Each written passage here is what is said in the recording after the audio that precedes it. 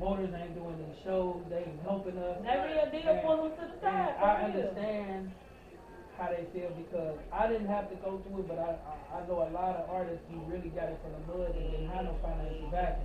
Me, I was a drug dealer, so I was able to fund my own stuff. But you know, a lot of these artists nowadays, they don't really have no team or no support system, no financial backing. So we just came up with the idea to start throwing contests and events that's focused on the art. You know, we get them like my business partner, I gave away 1,000 cash. Yep. Pretty soon we gonna give away 4,000 cash, but we do stuff like we give slot giveaways where we pay for your plane ticket. You might get a slot to open up for a big name in another state. Right. You know what I'm saying, and stuff like that. So these artists are getting opportunities that they pretty much wouldn't. You know what I'm saying? We give away studio time, we give away features and videos, stuff like that. I'm gonna start rapping now. And you know, we want to leave our mark. You know what I'm saying? To say in Chicago, hip hop, Chicago entertainment, this was the coalition that was behind this and this and this, and then we can look at the stars that came from our camps and look at them now. They millionaires, they multi-millionaires, changing the narratives for these families. You know what I'm saying? Because even in my own family, we don't have that many successful people.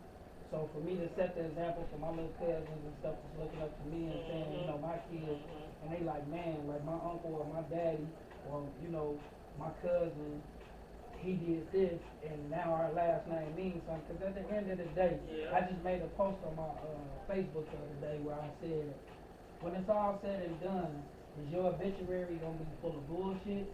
Or people just taking irrelevant shit and putting it together to make sure the obituary look good? Or they literally, people gonna get up there and say some good shit about it. Right. And for me, that's something that I've been to so many funerals, but that's something that I look for. You know, I want my family to be able to hold their head up like, man, this dude really created a charity.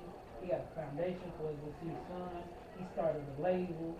Look at all these people he helped.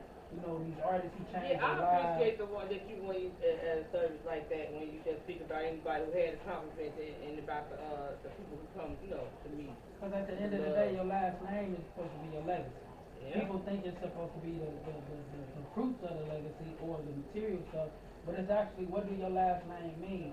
Martin Luther King kids and grandkids and great-grandkids can always walk on this earth because their great-grandfather or father or their uncle, the whole entire world. He changed the world. You know what I'm saying? That last name King means something. The Jordan family, being related to Michael Jordan, I mean, come on, man, the man is still affecting the U.S. economy to this day. So his kids are all doing their thing now in 2021. One of his sons is like helping, he a part of Nike. You know what I'm saying? And they have their own, all them custom shoes. His son handles that business.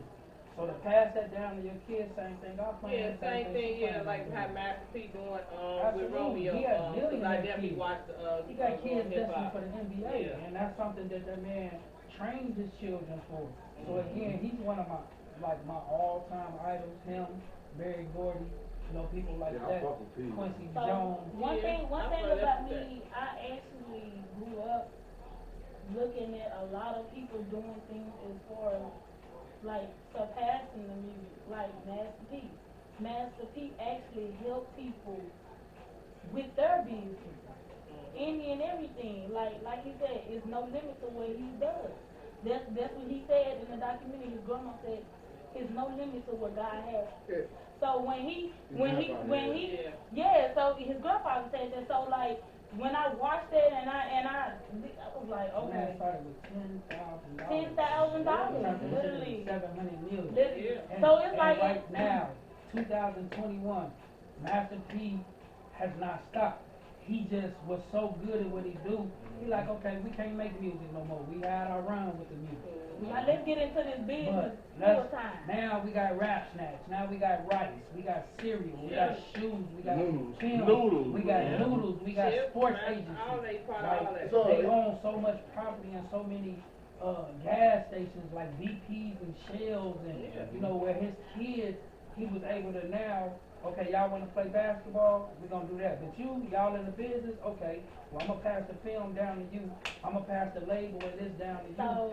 And So with me watching a lot of artists and what they did and stuff, like prime example, rest in peace, Nipsey Hussle.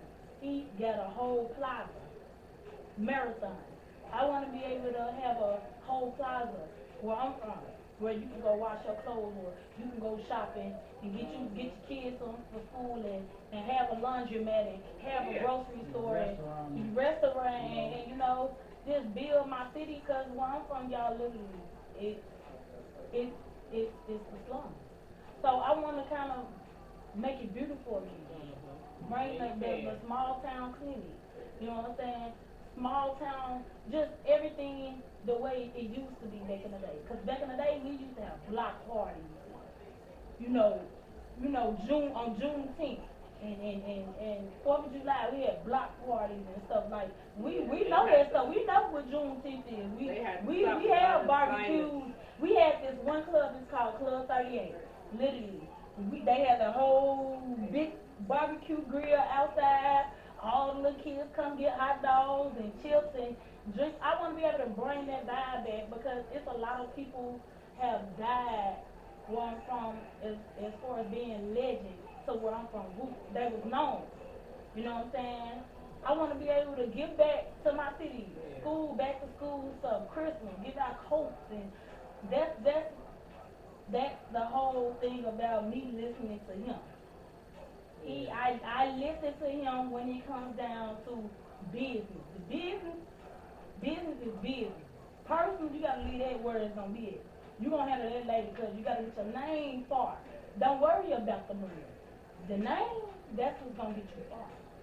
So you have to respect when somebody then been in the industry doing music for a long time, and I have just only been a writer and coming out to rapping, so he know more than I do.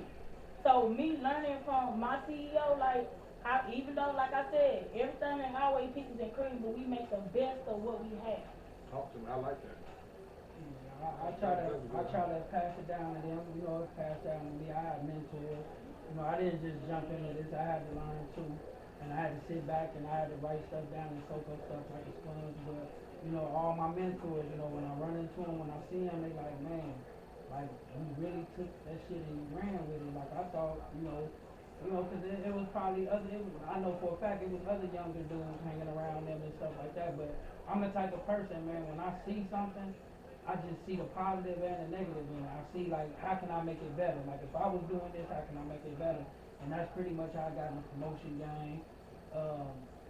The radio podcast thing, that just fell in my lap, just off my social media. Yep. Everybody knows I play on social media 24/7. And I also want to say shout out to Big Bands, my cousin, because without Bands, he got me, he connected me with Reese. So he let him listen to Crank Anthem. He sent me Crank Anthem. He was like, hey, I'm gonna send my song. I'm gonna send me your song, and I'm gonna let my CEO listen to it. And I'm gonna see, Big Bang. Big Bang, he's from Arkansas too, right? Yeah. I remember you mentioned that. Yeah, so it's like when he let him listen to him, Big Bang called me back 5 minutes later, like, hey, he wanna get on FaceTime. I'm like, oh snap, okay, he's like, cool. So when he got to talking, you know what I'm saying, at the end of the day, everything that's happening right now is part of why I have became a better artist. You have to go, see, one thing about it, if you ain't really going through nothing, you ain't doing what you're doing. So it's like, going through experiences make you better. Yeah. Going through life, period. Going through a lot, period. Yeah, that's what I helps you. explained. So, you know, leaving my daughter, you know, to make sure she have a better life, I did that for myself. I'm not doing that for nobody else but myself. You know, so when I do go back down there, it's gonna be in the limo. It's gonna be somebody gonna show for me. You know, so that's where I'm coming. I'm gonna be a boss in the far future. You know what I'm saying? Once everything gets to happening the way it's happening, I'm gonna be a boss.